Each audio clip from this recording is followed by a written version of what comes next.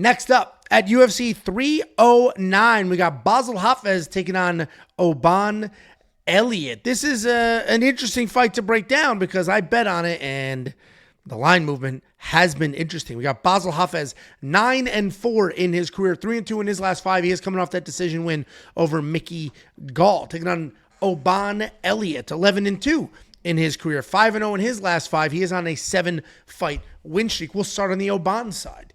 He's a big-time favorite here, and that line continues to widen. He's a well-rounded guy. He does have 15 full minutes of cardio, plenty of tools in his bag. When he's striking, he likes to dance around the outside, then he'll fire off some overhands to close that distance.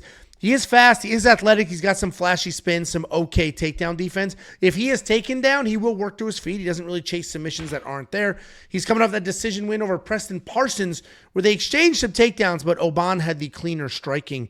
He's taken on the durable, the grinding, the impressive, the manly, masculine Bassil Hafez. He's a heavy-handed grappler. His striking is loose. It is powerful. And even though you're going to see like check hook, knockout highlights while breaking down some tape, he's not really a striker. He has knocked some people out because he does have big hands, but he is a grappler through and through. He'll shoot some blast doubles.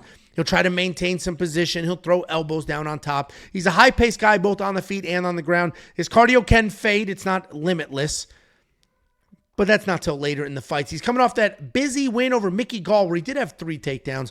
Oban's the favorite here I mentioned. It is continuing to widen all the way up to minus 250. And I get it. It makes sense, right? He's got plenty of cardio. He's a well-rounded guy. But he also is not very dangerous. He doesn't hit incredibly hard. He's not really knocking people out, smoking people.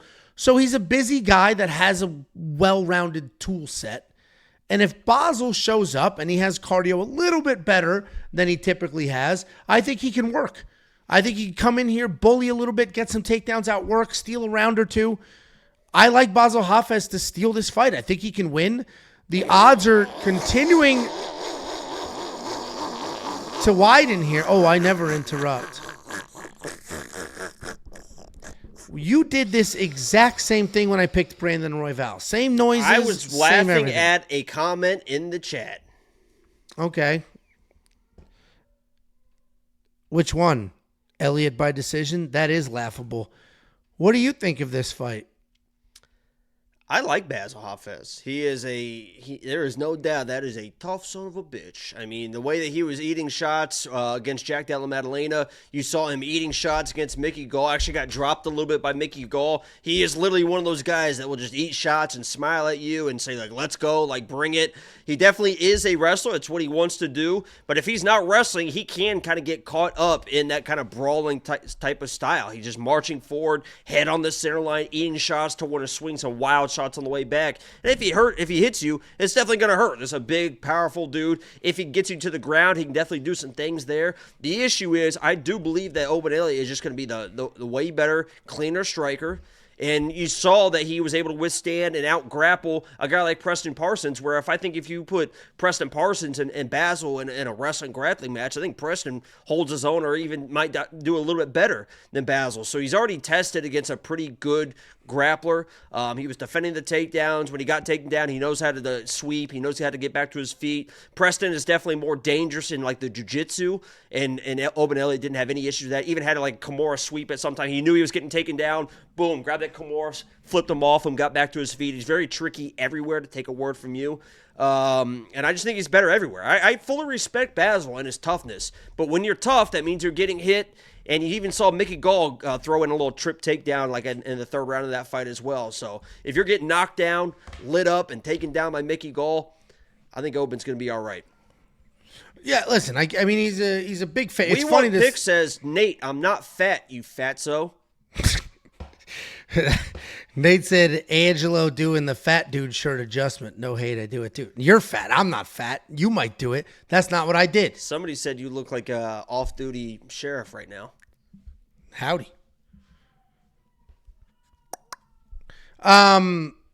Listen, I get it. Bassil Hafez is a well-rounded guy. And yeah, all the comments are basically, Basel got dropped by Mickey. What a joke. First of all, we're going to talk about Mickey. Mickey's a good fighter. He's the next fight we're going to bring down. Mickey's not bad. He was just sort of rushed.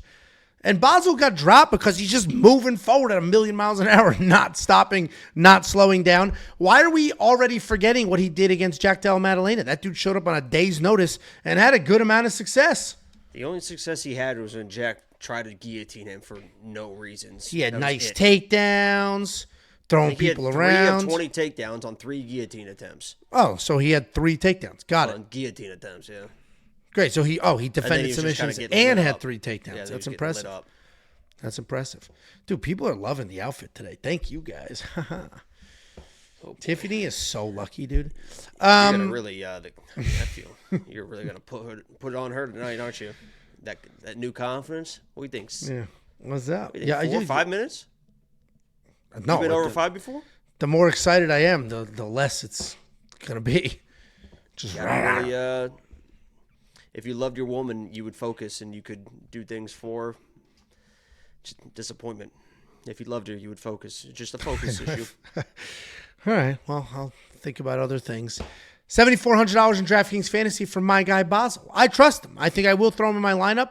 At the very least, if you're building multiple DraftKings Fantasy lineups, there's a lot of you watching right now. A lot of people are going to watch this video. Don't even know what the hell I'm talking about. Hey, what are those DraftKings numbers? It's DraftKings Fantasy. You build a lineup with a budget. You compete against other people with that lineup, just like fantasy football or any other fantasy sport. The lower the price point, the more room you have for higher price fighters. This card is juiced. We have a bunch of people that are going to score really well, but they're priced accordingly. So you need some affordable fighters. In the last fight, Eduardo Morta was $7,500. Solid price point. Bassil Hafez in this fight, $7,400. I think that's a decent price point as well. I think he can get some takedowns. I think he can have some control. I think he can pull off the win. How many takedowns do you think he's going to get? 3. I'll go under. How much money? 2. I said 2. I'll go under. How much money? I'll bet you $100 straight up. You're going under. 2's a push. $500. Oh no, you're going under. It's not even 2. Isn't even a push. No, 2's a push. I win because it's not under 2. 2's the number. I'm not going to just do 1. 2's the number. Okay, fine. $100 straight even. $500. No, $100. Such a fucking pussy. What if he finishes Oban with the first takedown? This guy's got young LA on. This guy's got the upside down hat.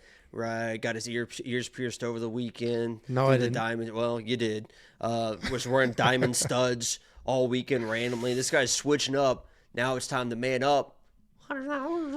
I just talked about the kids that I have to feed, the family I need to support. I'm not throwing $500 on some made-up bet, some absolute made-up bet on the street. That's the difference between me and you. I expect to win, family, and you expect.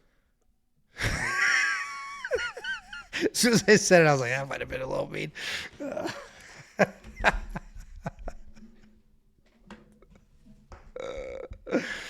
right, well. While he's working on his emotions, we got a couple of super chats. $5 from Crips Keeper. Truth be told, the best cappers on MMA. Jacob's locks are fire. Angelo's safety parlay is 100%. Thank you both. The safety parlay, to be fair, it doesn't hit at 100%. It hits at like 70-something%, which is incredible. I don't have this week's yet. I will have one up. Just got to look, take my time. We're on a streak. What happens when we get a streak is the pressure builds. And the pressure is building. I've hit 6 in a row, and it gets a little more nerve-wracking, a little more, can I get the 7th? Can I get the 8th? So the safety parlay will be up soon. Thank you very much for the 5 spot. A little more love. John Paul said, best cappers, no BS. Marty OG, mentioned the outfit. Thank you, Marty. Appreciate that. It's all love today. This is what happens what a little win streak will do for you. I'll get to the next fight in a second. What is so funny, though, as soon as we have a bad week, which it's been a very, very long time, all the people that hate our guts for no reason whatsoever have nothing to complain about. And the minute we slip up, you're going to climb out of the woodwork. But for now, appreciating the love. Tarkenton said, what is on the menu for this weekend? I don't know. I'll figure it out. We'll see what happens. Become a premium member. WeOnPicks.com. Click Become a Member at the top. Hey, are you, maybe the timing of this question isn't spectacular. Somebody asked when I'm cooking this weekend. Are you going to come this weekend? Fucking not now. Yeah, that's why I figured the timing wasn't great to ask that question. $2 super chat from Brian Fisher. Jones and Charles by KO or sub. Easy. I mean, that's not terrible, although we'll talk about Michael Chandler. He's looking real nice. This laugh again. This laugh again. Say that again. He's looking. I said real nice. $1.99 from Nate B. No hate, Ange. Much love. I just like joking. What did Nate say? Might be a homosexual. What? I wonder what Nate said that he's saying no hate, all love. He must have said something nasty that I didn't see. Well, I'm gonna go find it now. Thanks, Nate. Bought your way out of trouble.